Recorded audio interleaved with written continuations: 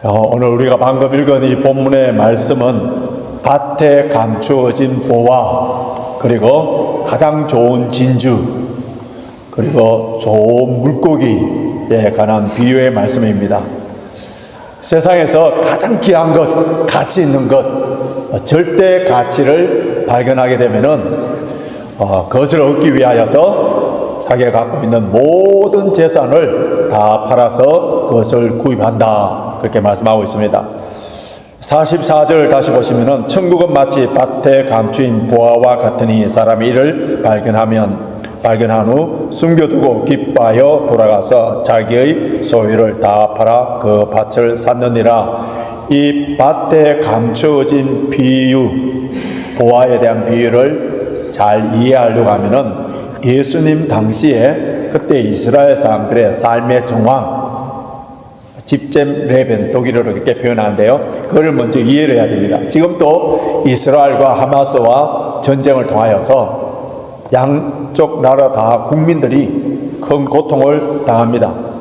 여러분, 전쟁이 발생하면은 이제 난민들이 많이 생기는데 집과 모든 재산을 남겨두고 급하게 이렇게 피난 가야 되는 그런 일이 생깁니다. 고대에도 전쟁이 나게 되면은 일반 사람들은 좀 무거운 동전, 그다음 보화 이런 것을 다 갖고 갈 수 없기 때문에 자기 밭을 파서 깊은 곳에 묻어두고 급하게 도망가는 그런 경우가 있습니다. 근데 그 밭 주인이 전쟁터에서 또 다른 일로 통해서 죽어버리고 이제 전쟁이 다 끝나고 난 뒤에 돌아와서 다른 사람이 그 밭을 소유하여서 밭을 갈다가 그 보화를 발견하여서 큰 부자가 되었다는 그러한 이야기는 그 당시에 유대인들에게 종종 있었던 그런 일이에요. 어떤 사람이 하루 품삯으로 노동자가 되어서 그 고용이 되어서 그 밭에 일을 하다가 밭 속에 보화를 발견했습니다. 아마 현재 그 밭 주인은 그 보화를 묻어둔 주인이 아니라 그 전 주인이 아마 전쟁터에서 죽은 주인으로 보입니다. 그때에 이 밭을 갈고 있는 하루 품삯에 일을 하는 이 사람이 그 밭을 사게 되면은 그 밭의 모든 소유도 자기 것이 되기 때문에, 그래서 그 보화가 자기 것이 된 것을 알기 때문에, 그래서 그 밭에 보화가 있다는 것을 그 밭 주인에게 알리지 아니하고 그 밭을 살려고 합니다. 자, 그렇게 그 밭에 보화가 있다는 것을 알리게 되면은 주인이 절대로 밭을 팔지 않기 때문에 비밀리에 그 밭을 살려고 하면은 먼저 그 밭에 대한 시세보다 더 높은 가격을 쳐주고, 그리고 빨리 목돈을 마련하기 위해서 자기 집과 소와 모든 것을 급하게 팔아서 돈을 마련해야 되기 때문에, 자, 이러한 일들을 쭉쭉 진행하는 것을 보면은 그의 가족인들, 그의 친척인들, 그의 친구들 이해가 되겠어요? 그 사람만이 아는, 그 사람만이 발견한 보화. 그래서 다른 사람들은 이렇게 그 사람이 서둘러서 비싼 돈을 주고 밭을 살려고 하고 자기 집은 모든 것은 헐값으로 파는 이런 모든 것을 보고 굉장히 어리석은 짓이다, 바보 같은 짓이다, 그렇게 비판할 거예요. 근데 그 밭에 보화가 있기 때문이다, 그렇게 이야기하면은 소문이 퍼지고 나면은 그 밭 주인이 팔지 않기 때문에 모든 것을 비밀리에 일을 진행해 갑니다. 비록 그 밭이 좋지 않다 하더라도, 돌짝밭이요 가시밭이라 하더라도 그 안에 보화가 있기 때문에, 그래서 비싼 값을 주더라도 그 밭을 반드시 산다는 거예요. 우리 가운데에 온 가족은 예수를 믿지 아니하고 자기 혼자 먼저 예수를 믿고 예수라는 보화를 발견하여서 신앙생활 할 때에 주일날 놀러 가지 아니하고 교회 와서 예배를 드리고 돈을 하나님께 바치고 봉사하고 충성할 때에 주위에 있는 모든 사람들이 미쳤다, 바보라는 거예요. 주의 몸된 교회를 섬기며 봉사하며 사랑하며 교회를 위하여 눈물을 흘리며 충성해 나갈 때에, 아니 교회를 위하여서, 주님을 나라를 위하여서 많은 헌금을 드리려고 할 때에 그 보화의 가치를 모르는 가족인들, 심지어 아내인들, 남편인들 뭐라고 합니까? 바보라고 합니다. 미쳤다고 하는 거예요. 세상 물정을 너무나도 모른다는 거예요. 그렇지만은 그 사람은 보화를 발견합니다. 그래서 오늘 이 비유의 말씀을 통하여서 더 가치 있는 것, 더 소중한 것을 얻기 위해서 덜 소중한 것을 아낌없이 처분한다는 겁니다. 그리고 그 다음에 나오는 진주 비유를 보시면은 좋은 진주를 구하기 위해서 장사꾼이 막 다니다가 어느 좋은 진주를 만나면은 모든 것을 다 팔아서 그 진주 하나를 산다는 거예요. 자, 46절 한번 보시기 바랍니다. 46절 같이 읽겠습니다. 극히 값진 진주 하나를 만남에 가서 자기의 소유를 다 팔아 그 진주를 샀느니라. 여기에 보면 동사가 나오는데요. 가서, 팔아서, 샀다. 헬라어로 보면 다 현재 동사로 되어 있습니다. 헬라어의 현재 동사는 지체하지 아니하고 빠르게 행동을 옮기는 거예요. 자신의 모든 재산을 다 팔아서 그 하나의 진주를 구입했는데 왜 그렇습니까? 그만한 가치가 있다는 거예요. 그만한 가치가 있다는 거예요.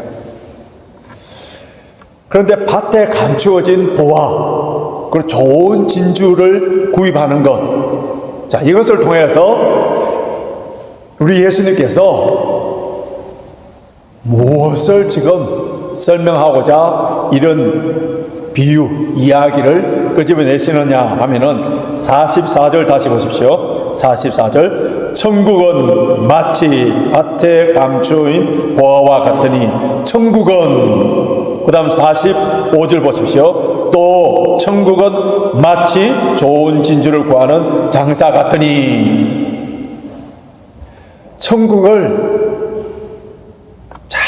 이해하도록 하기 위해서, 그래서 쉬운 이야기를 갖고 제자들에게, 사람들에게 설명을 해 주신 거예요.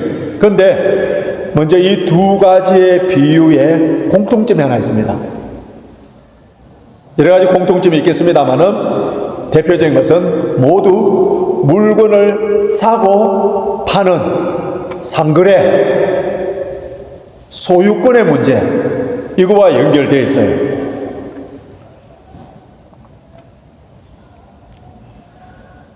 왜 주님께서 천국을 설명하시면서 소유하는 것처럼, 천국을 마치 소유하는 것처럼 설명하시는지 우리는 그것을 깊게 한번 생각해 봐야 됩니다. 물론 우리가 죽어서 영원한 천국, 그곳에는 눈물도 없고 아픔도 없고 고통도 없고 주님의 품 안에서 영원토록 찬송하며 기뻐하며 감사하는 영원한 영생하는 그런 천국, 그 천국의 미래성이에요. 그런데 우리 예수님께서 이 땅에 오셔서 회개하라, 천국이 가까웠느니라, 천국은 너희 안에 있느니라 하는 이 천국은 천국의 현재성입니다. 그래서 현재적인 천국은 왕이신 하나님께서 우리를 통치하는 것, 우리를 다스리는 것, 우리의 모든 영역에 있어서 통치하시는, 그 다스리는 것을 현재적인 천국이에요. 그런데 하나님께서 우리를 통치하시기 위해서는 반드시 선행되어야 되는 조치가 있는데, 그것이 무엇이냐면은 나의 모든 소유를 하나님께로 먼저 이전돼야 되는 거예요. 내가 소유하고 있는 것 하나님께로 완전히 다 이전되지 아니하고 어느 한 부분, 내가 가장 소중하게 여기는 것, 이것만큼은 절대로 빼앗길 수 없어 하는 그런 부분이 남겨두고 있다면은 하나님의 완전한 통치가 우리를 통해서 일어나지 않습니다. 소유권이 아직 이전되지 않았기 때문에. 그래서 하나님의 나라를 소유하기 위해서는 누구든지 예외 없이 자신의 모든 것을 하나님께로 소유를 이전시켜야 되는 거예요. 이것은 우리의 물질뿐만 아니라 우리의 생명도 나의 것이 아니고 하나님의 것으로 그 소유권이 이전될 때에 하나님의 통치가 이루어지고 하나님의 소유권이기 때문에 하나님께서 모든 것을 책임져 주시기 때문에 그때에 우리 마음속에 말할 수 없는 평강과 기쁨과 천국을 현재의 삶 속에서도 누리게 된다는 거예요. 우리 물질뿐만 아니라 생명도 마찬가지예요. 그래서 우리 예수님께서 마가복음 8장 34절 35절에서 뭐라고 말씀하셨는지 앞에 화면을 보시고 같이 읽겠습니다. 마가복음 8장 34절 35절 시작. 무리와 제자들을 불러 이르시되 누구든지 나를 따라오려거든 자기를 부인하고 자기 십자가를 지고 나를 따를 것이니라. 누구든지 자기 목숨을 구원코자 하면 이럴 것이요 누구든지 나와 복음을 위하여 자기 목숨을 잃으면 구원하랴. 여기서 자기 부인 그리고 자기 죽음 이 모든 것은 자신의 모든 소유권을 우리 주님께 넘겼다.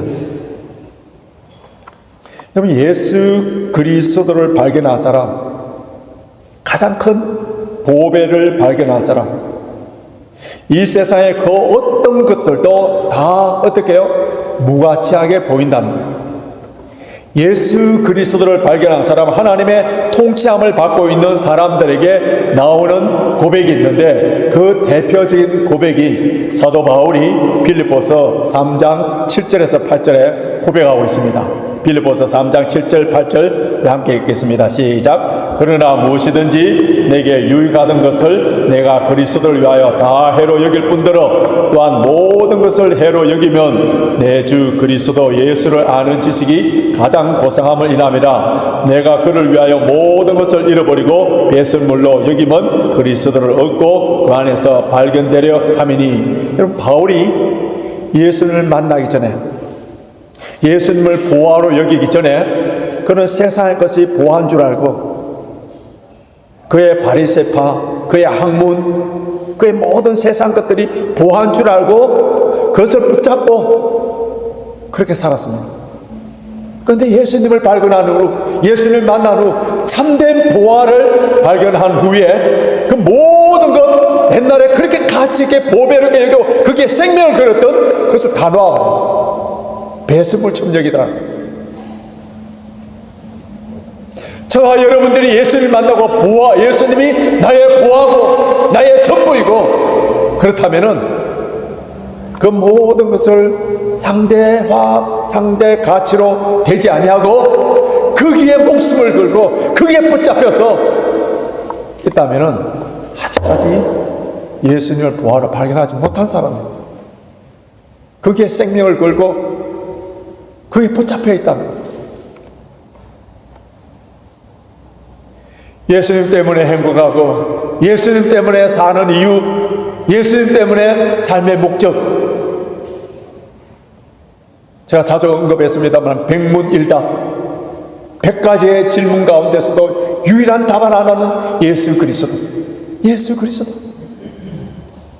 정말 귀한 보배, 나의 자랑거리, 나의 전부, 너무너무 가치 있는 것, 이것을 붙잡고 있는 사람이라면 다른 것들이 자랑거리가 될 수 없어요. 다른 어떤 것들이 보배가 될 수 없는 거예요.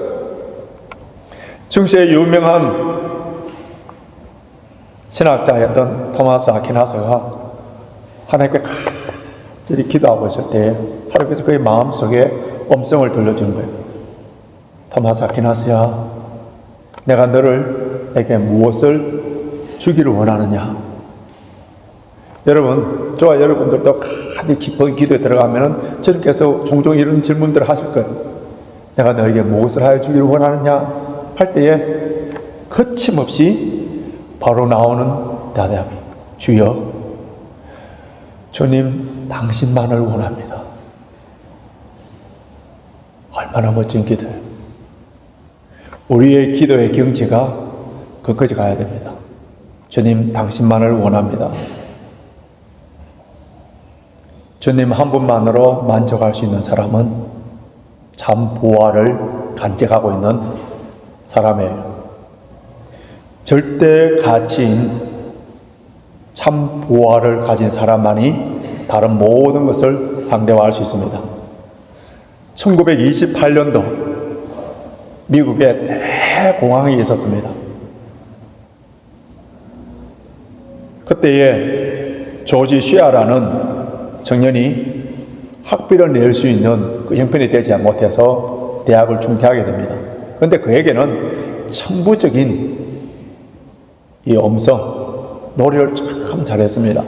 그때에 마침 시카고 방송에서 전속 가수를 뽑는다는 광고가 났는데 수많은 실업자 청년들이 노래를 좀 한다는 청년들이 몰려들어서 1,500명이 오디션을 했습니다. 그런데 그 중에 이 조지 쉬아가 이제 뽑혔는데 얼마나 기쁘겠어요. 이제는 자신의 명성과 돈과 인기를 얻게 되어서 탄탄대로처럼 펼쳐지는 그 인생을 생각하니까 너무 기뻐서 밤에 흥분이 돼서 잠을 자지 못하고 있을 때 그때 어머니가 평소에 암송하고 엄매하던 밀러 부인의 시 하나를 그 아들에게 전해주는 거예요. 근데 그 아들이 그 시를 보는 순간에 성령님께서 그의 마음을 타치해 주셔서 감동을 받게 됩니다. 그리고 난 뒤에 피아노 앞에 앉아서 그 시에 곡을 붙입니다. 곡을 붙이고 그리고 노래를 부르기 시작했는데 주 예수보다도 귀한 것은 없네 이 세상 부귀와 바꿀 수 없네. 우리가 즐겨 부르는 찬송가 백이장이 탄생되는 거예요. 그는 시카고 방송을 통하여서 세상의 부귀와 영화, 인기를 다 얻을 수 있었지만은 주 예수보다도 귀한 것이 없다는 것을 발견한 후에 그 모든 것을 내려놓고 하나님의 영광을 위하여서 그 당시에 빌리 그레함의 전도단에 조인을 합니다. 그래서 찬양을 부르는데 할 일이 없어서 시험에 떨어지고 세상 것이 안 되니까 신학이나 한번 해볼까 해서 목사 되어서 가는 사람에게 무슨 능력이 나타나요. 물론 하나님께서 또 서시겠습니다. 그러나 모든 것을 다 버리고 하나님의 영광을 위하여서 찬양을 온 몸과 마음을 다해서 부를 때에 모든 사람들이 감동을 받고요. 우리나라 나이 드신 분들은 다 알겠습니다만 1973년도에 빌리 그레함 목사님 오셔갖고 여의도에서 엑스포 73에 가서 큰 집회가 있지 않았습니까? 그때도 이 조지 시아가 와서 이 찬송을 부를 때에 우리 한국의 우리 믿음의 선배들이 그 찬송을 듣고 감동을 받고 수많은 사람들이 주 예수밖에 없냐며 고백을 했습니다. 그 후에 1983년도 네덜란드 암스테르담에서 큰 전도 집회가 열렸는데 그때 이분이 나이가 90세가 넘었어요. 백발이 서서 온 인생을 하나님의 영광을 위하여 살아온 그가 그 군중들 앞에 찬송을 부를 때에 수많은 목회자의 메시지보다 그 한 분의 찬송이 온 청중들을 감동시켜서 모두 그 찬송을 듣고 난 뒤에 박수를 보내고 그때 그가 겸손하게 일어서서 마지막 한마디를 남겼는데 모든 사람들을 오랫동안 수용케 했습니다. 감사합니다. 그러나 나는 여러분이 주신 박수 갈채와 그리스도를 바꾸지 않겠습니다. 그의 인생이 사람의 박수와 인기와 돈을 위하여서 살아온 인생이 아니라 하나님의 영광을 위하여 살아온 그런 인생. 일평생 동안 예수 그리스도를 보배로 삼고 살아온 인생. 이건 얼마나 아름답습니까? 얼마나 아름다워요. 예수님을 나의 가장 귀한 보배로 하나님을 존귀하게 여기는 사람, 여러분, 이런 사람은 하나님께서도 그런 사람을 존귀하게 가장 귀한 보배로 여겨주세요. 그래서 이사야 43장 4절 보면 내가 너를 보배롭고 존귀하게 여기고 너를 사랑하노라. 여러분, 참으로 가치 있는 것, 보배. 지금 현대 우리 사회에서 뭐 가치 있다, 보배다 했을 때 가장 먼저 떠오르는 건 뭐예요? 값비싼 대가. 맞아요. 값비싼 대가를 치르는 것. 예수님의 보혈로 우리를 사신받았기 때문에 우리는 어떤 존재라고요? 예수 그리스도를 믿는 하나님의 자녀들은 값비싼 대가, 예수 그리스도의 보혈로 지불된 자들이기 때문에 존귀하고 보배로운 자라는 거예요. 그렇다면은 하나님께서 우리 각자를 존귀하고 보배로 여기는 우리의 삶, 그러한 자의식, 오늘 조실자께서 기도해 주신 것처럼 우리의 분명한 아이덴티티가 있다면은 그런 보배롭고 존귀한 삶을 살아야 됩니다. 함부로 아무렇게나 사는 존재가 아니라는 거예요. 우리 여자분들이 유명한 브랜드 가방을, 명품 가방을 들고 다니는데 어떤 분들은 진짜 명품 좋은 가방을 들고 다니시는 분 있고, 어떤 분들은 에이 나도 비싼 가방 들고 다니자 해서 짝퉁 하나 사서 들고 다닌다면은 언제 그게 진품인지 짝퉁인지 가짜인지 드러난지 아시죠? 갑자기 비가 오면 명품은 보호해야 되기 때문에 그를 가슴에 안아요, 비가 오면. 근데 짝퉁은 어디로 올라갑니까? 우산 역할, 비를 안 맞도록 머리 위로 올라가는 거예요. 여러분, 우리 인생도 마찬가지예요. 예수 그리스도의 보혈로 구원받은 하나님의 자녀들, 진짜 명품은 아무렇게나 다른 데에 막 쓰임받는 그런 도구가 아니고요, 우리 속에 거하시는 성령을 탄식시키는 그런 일들을 하지 않냐고 하나님의 보배롭고 존귀한 그러한 사람으로서 말과 행동에 품격이 있고 무엇을 마시든지 먹든지 그것을 통하여서 하나님께 영광을 돌리는 그런 사람이 됩니다. 그렇기 때문에 우리는 매일매일 삶, 그 순간순간마다 좋은 것과 나쁜 것에 대한 분별력이 있어야 되는데, 그러한 가치 판단으로서, 인식으로서 끝나는 것이 아니라 그런 가치 있는 것에 우리 인생을 투자하는 그런 삶, 그래서 취사 선택을 할 수 있는 그런 삶을 살아야 되는데, 오늘 본문 47절 48절 보십시오. 47절 48절 같이 읽습니다. 시작. 또 천국은 마치 바다에 치고 각종 물고기를 모으는 그물과 같으니 그 물에 가득하며 물가로 끌어내고 앉아서 좋은 것은 그릇에 담고 못된 것은 내어버리느니라.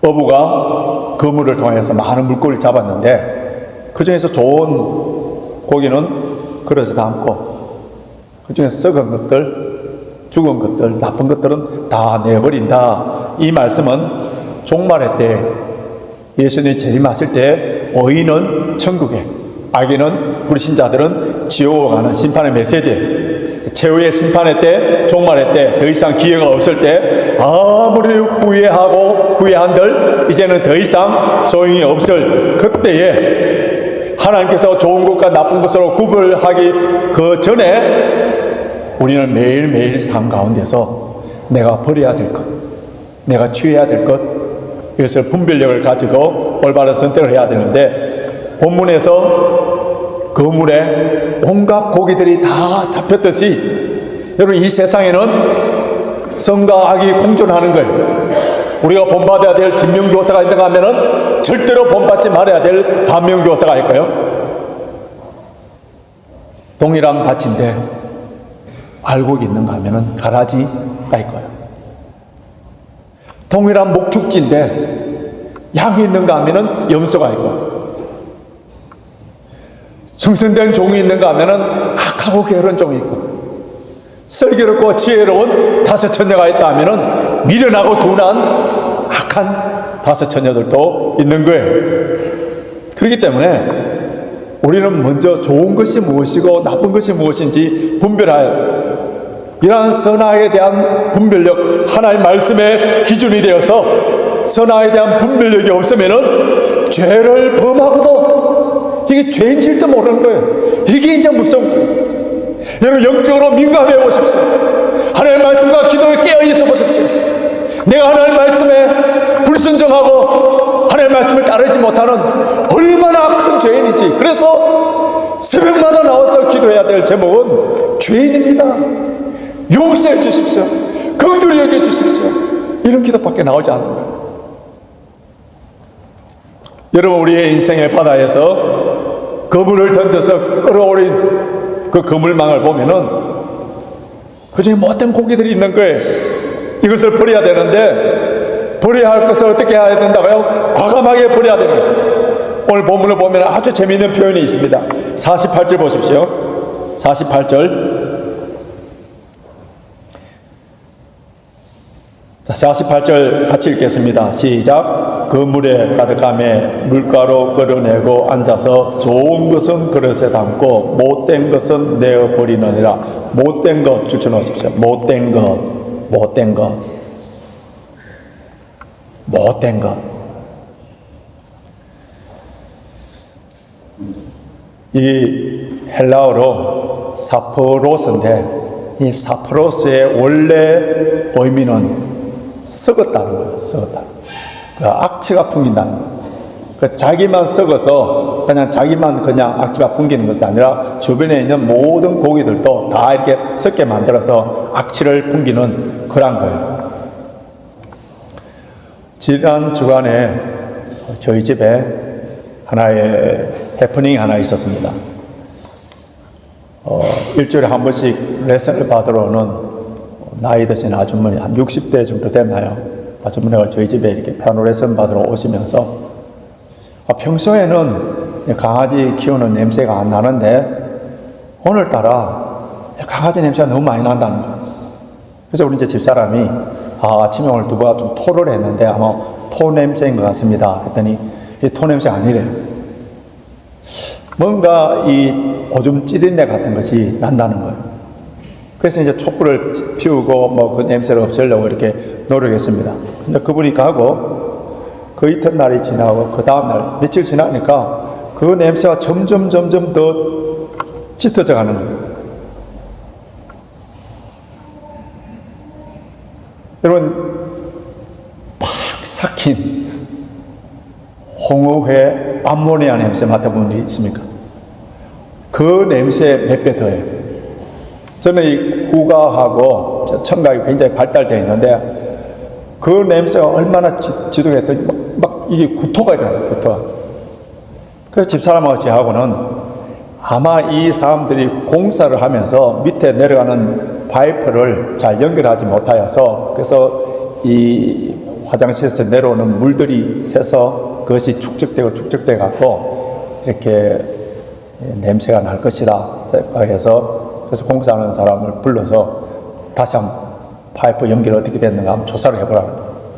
그랬더니 이제 계단 밑으로 내려가는 그 널판지를 뜯어서 그 밑에 내려가서 이제 파이프를 이렇게 쭉 보면서 어디에 물이 터졌는지 이렇게 다 조사를 해봤는데 전혀 물이 나온 샌곳이 없다는 거예요.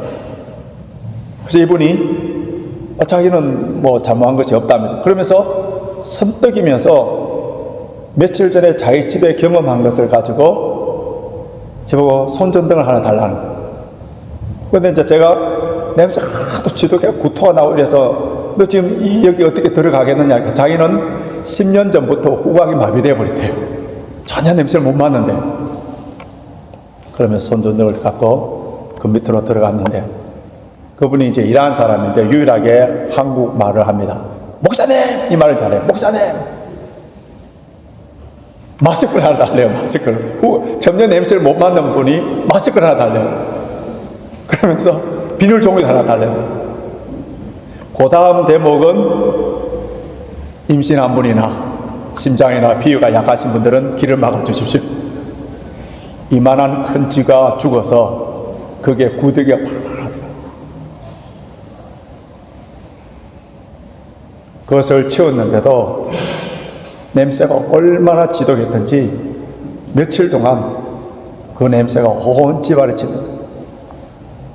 지금도 제 옷에 그 냄새가 나는 거죠. 그 냄새를 한번 맡아보고 싶으신 분들 오늘 저희 집 한번 방문해 보십시오. 지금도 그곳을 지나가면 그 냄새 때문에 제가 역겨워할 정도입니다. 여러분, 우리의 죄의 속성도 이것과 비슷해요. 죄악이 풍기는 그 악취, 그것이 혼자서 영향을 끼치기보다는 다른 것에 영향을 미쳐요. 다윗이 바세를 범한 후에 그 간음죄로 끝나는 것이 아니라 바로 살인죄로 이어집니다. 우리가 버려야 될 나쁜 습관, 상습적인 그러한 죄악을 빨리 버리지 아니하면은 그것이 점점 오염되어서 내 자신의 인생을 망칠 뿐만 아니라 주위에 있는 모든 사람들을 다 힘들게 만드는 거예요. 그래서 내가 버려야 될 것이 무엇인지, 내 인생의 건물 안에 이미 들어와 있는 것이 무엇인지, 이것은 내 힘과 의지와 능력으로는 알 수 없는 거예요. 윤리책을 보고 도덕책을 보고 요즘 한강이 채식주의를 썼다 해서 그 책을 보고 소년 온다 이런 책을 본다고 해서 그것이 드러나는 것이 아니라 하나님의 말씀과 기도를 통하여 성령님께서 조명해 주실 때만이 보여질 수 있는데, 그 악한 죄들, 사도 바울은 갈라디아서 5장 19절에서 우리가 버려야 될 그 육체의 열매들을 리스트를 쭉 적어놨는데 한번 들어보십시오. 범행과 더러움과 호색과 우상숭배와 술수와 원수 맺는 것, 분쟁, 시기, 분냄, 당 짓는 것, 불리함, 이단과 투기, 술취함, 방탕함, 15가지 열매들. 이런 육체의 욕망들을 빨리 버릴 때에, 그때에 그 비워진 곳에 새로운 것들로 채워집니다. 여러분, 타 종교의 그 타겟이 뭡니까? 자기 비움, 무소유, 이것을 최대의 덕목으로 이야기합니다. 물론 우리 기독교에서도 자기 부인과 자기 비움을 강조합니다마는 그것이 목적이 아니라, 그래서 비운 후에 그 비운 곳에 좋은 것들로 채워져야 되는데, 무엇으로 채워져야 된다고요? 예수 그리스도, 복음으로, 진리로, 성령으로 충만하게 채워져요. 이렇게 복음으로, 예수 그리스도로, 성령으로 채워진 사람들에게 나타나는 그런 현상이 있어요. 그것이 51절, 52절입니다. 51절, 52절 우리 큰 소리로 같이 읽습니다. 시작. 이 모든 것을 깨달았느냐 하시니 대답하되 그러하오이다. 예수께서 가라사대 그러므로 천국의 제자된 서기관마다 마치 새 것과 옛 것을 그 곳간에서 내어오는 집주인과 같으니라. 여기에 천국의 제자된 서기관, 이 말씀은 천국의 말씀을 잘 깨달은 사람, 그 마음속에 복음이 있는 사람, 예수 그리스도로 충만한 사람들은 그 진리를 자기만 간직하는 것이 아니라 마땅히 들어서야 할 사람들에게 전한다는 거예요.